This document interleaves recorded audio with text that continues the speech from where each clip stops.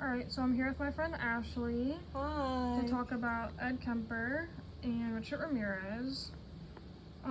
So we're going to talk about Ed first, and then we're going to move on to Richard, comparing their psychology, killing styles, and categorizing them. And Ed is the big guy. Ed is the big boy, Big boy. and Richard is the Night Nasty, Stalker. nasty, stinky night stalker. Yeah, exactly. So a little bit of background on Kemper. He was born in 1948, and he is still alive today. He's currently spending his days at the California Medical Facility in Vacaville, California, and he is 75 years old. Jesus. He is a big boy, standing just shy of 7 feet, and he grew up in Burbank, California, living with his parents until their divorce in 1957. After the divorce, Ed ended up living with his grandparents, which brings us to our first set of murders. Oh, already? Yes. Oh, damn. Oh, dang. Yeah. Sorry. On August 27th, 1964, at the age of 15, Ed was at the kitchen table with his grandmother when they got into a fight.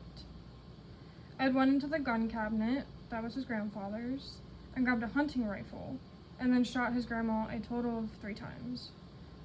First in the head, and then twice in the back, after she was dead.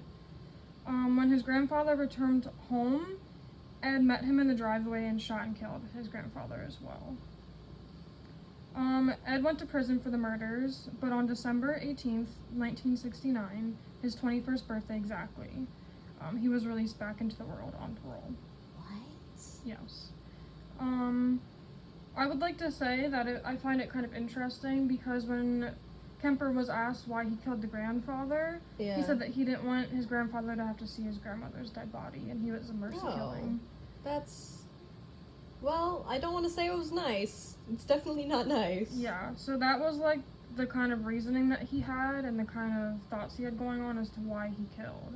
But he has, like, feelings and emotion. He's not, like... He says he does. I guess we don't know, but, I mean, he did show remorse in some ways. So, Interesting. Yeah. Ed wouldn't start his killing spree until 1972. So he got out in 69, started killing in 72. So there was a little bit of a gap. Not long. There was a little bit of a gap. During his 11-month murder spree, he killed 5 college girls, a high school girl, his mother, and his mother's best friend. So he does not like women, No. is what we're gathering. Exactly. And he's called the co-ed killer because that's what college girls are called, like co-eds. Oh, yeah. So that's why he's called that. So this is a picture of Big Boy Ed. That's terrifying. I know, he's very big. That's twice my height, dude. Yeah. So Ed's murder method, which, without getting into too much detail, was to take women into a secluded area, and he'd usually strangle them, but sometimes stab or shoot them. Once they were dead, he would rape their bodies and dismember them back at his house. After Ed's killing spree with all the young girls, one night he entered his mother's bedroom while she was reading a book. She looked at him and said, "I suppose you're going to want to sit up all night and talk now." He told her no, good night, and then proceeded to beat her to death with a claw hammer and slit her throat with a penknife. After she had passed, he put her head on a shelf and played darts with it and put her vocal cords in a garbage disposal. Oh my god. He violated her body and then called his mother's best friend and invited her over. He then strangled his mother's best friend and then called the police and turned himself in. Oh my god. Yeah, basically to get back at his mom. So, like, the best friend probably saw his mom. Probably. Jeez. Yeah. During his court case, he tried to plead for insanity, but overall was found sane. While in prison, he got the nickname Chatty Cathy because he was so friendly with the officers, and he later did FBI interviews, such as we see in Mindhunter. That was a real thing that happened. He would be deemed the co-ed killer because of targeting the female students. And here's a picture of some of his victims. These are some of the girls that he killed. Oh. Yeah. They look so nice. That one's his mom. Yeah. One of them was a high school girl, I believe that one. In Ed's younger years, he showed signs of having antisocial personality disorder. He actually took his childhood cat and he buried it alive until it died and suffocated. And then after he dug it up, he dismembered it and like put its head on a pike. He really liked pikes. I don't know. Medieval. Yeah. As he got older and ended up in prison, he was later diagnosed officially with having antisocial personality disorder, narcissistic, and schizopathic disorder. An article from Psychology Today went into how sophisticated Ed was during the time of his murders. Kemper was considered highly intelligent and actually scored a 145 on his IQ test while in prison. For reference, the average is 98. So that's how intelligent he was and well-spoken. He did a lot of interviews while he was in prison, and when asked about why he killed these women, he said his impulses against women stemmed from a hatred of his mother and a need to humiliate his victims' bodies like he wanted to do to his mother, which is why he would do all this crazy stuff to them and envision his mom. He already killed his mom. He just He killed all the other girls first. His mom was last. His mom and the best friend were last, yeah. When he killed his mother, he humiliated and dominated her body and destroyed the vocal cords because of her, quote, and he said this, bitching at him. Oh my god. His killing style was extremely organized and thought out. He's in the category of an organized killer, which means he plans out and is very methodical and doesn't just do things on impulses. Like, he would pick out his victims based on how they looked and who he wanted. Yeah, He didn't just randomly wasn't like target. spur of the moment. No. He chose his victims carefully and committed the murders in all controlled settings. And then here's a final picture of him in prison. And this one's still alive today? This Yes, guy? he's 75. Oh my gosh. His arms are so long. Yeah, he's a scary guy, for sure. But the police say that he has been like a model prisoner. That's so like, he's just like... I remember seeing that one video of him. He seems like an average guy until you know who he is. Yeah, and he, like, gets along really well with all the guards, asks them about their wives, like, they have, like, friendships, and, like, he says that he's remorseful for the killings, but, I mean, we can never know. Because I also think it's kind of interesting in comparison to Ramirez that we'll hear later, is, like, he didn't torture his victims, and he raped them after they were dead. Like, he didn't do it while they were alive, as far as we know. So, at least, like, he pretty much just killed them and then did the stuff to them as, like, a ritual against his mother, I suppose. Nasty. Yeah.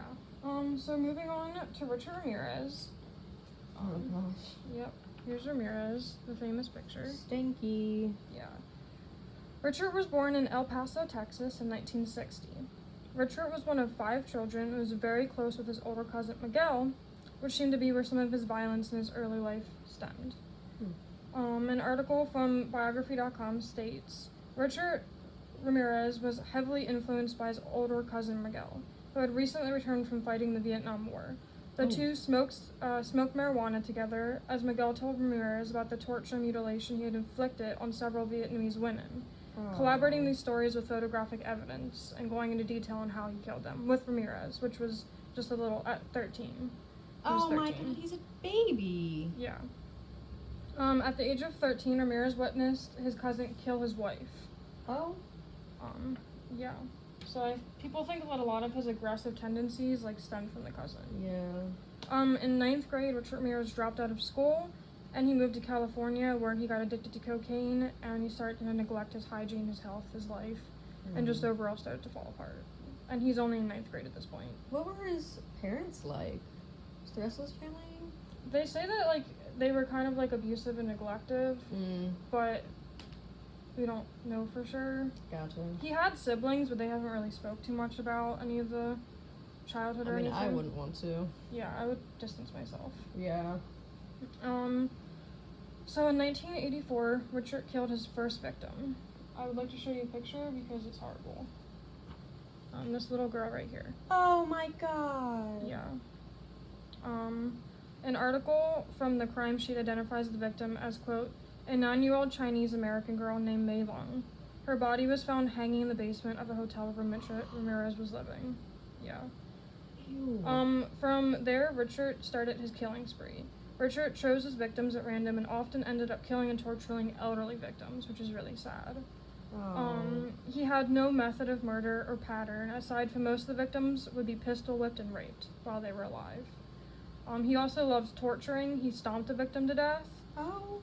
While the husband watched, tied up. It's like Clockwork Orange. Yeah, and another, he tortured with electrical wires. But yeah, he loved to go in and he would basically kill like the husband first, or render them useless essentially, and then would usually like rape the wife and stuff. And a lot of them were like elderly victims as well. Like I saw They one had, was like no defense. like 84. Like these were old. Yeah. The community was living in fear because his next victim could be anybody.